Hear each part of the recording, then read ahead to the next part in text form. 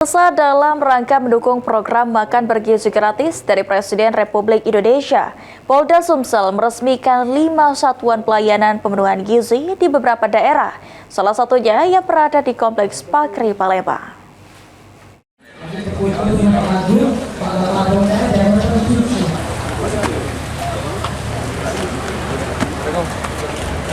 Boleh kita iringi dengan tepuk tangan yang paling meriah.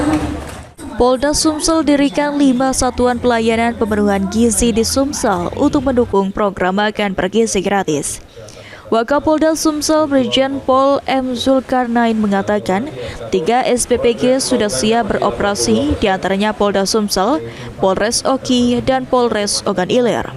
Untuk SPPG, Polda Sumsel saat ini masih menunggu penetapan kepala SPPG dari pusat. Setelah itu, SPPG dapat langsung beroperasi.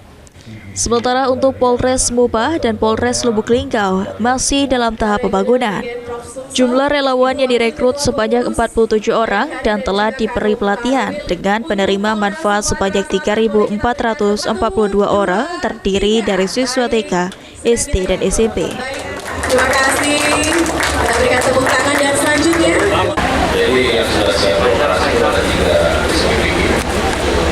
Polres Makassar, Polres Oki, dan Polres Oki. Artinya siap 3. 2 Polres lagi pembangunan, yaitu Polres Mubah dan Mubah di 20%, Mubah 80% progres. Untuk yang di sini, Polda kita tinggal menentukan kepala SPPG dari pusat dan dari kota.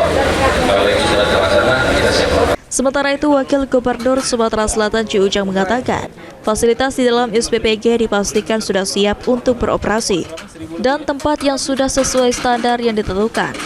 Selain itu, Pemprov Sumsel juga mendukung pelaksanaan dari makan bergizi gratis di Sumatera Selatan.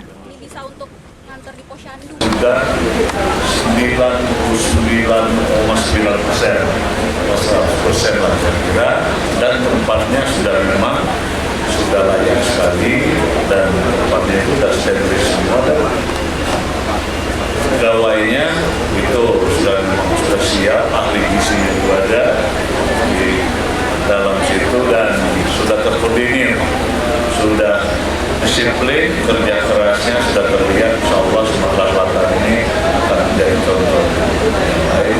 Kehadiran SPPG ini diharapkan dapat memperkuat peran Polri dalam mendukung pembangunan SDM.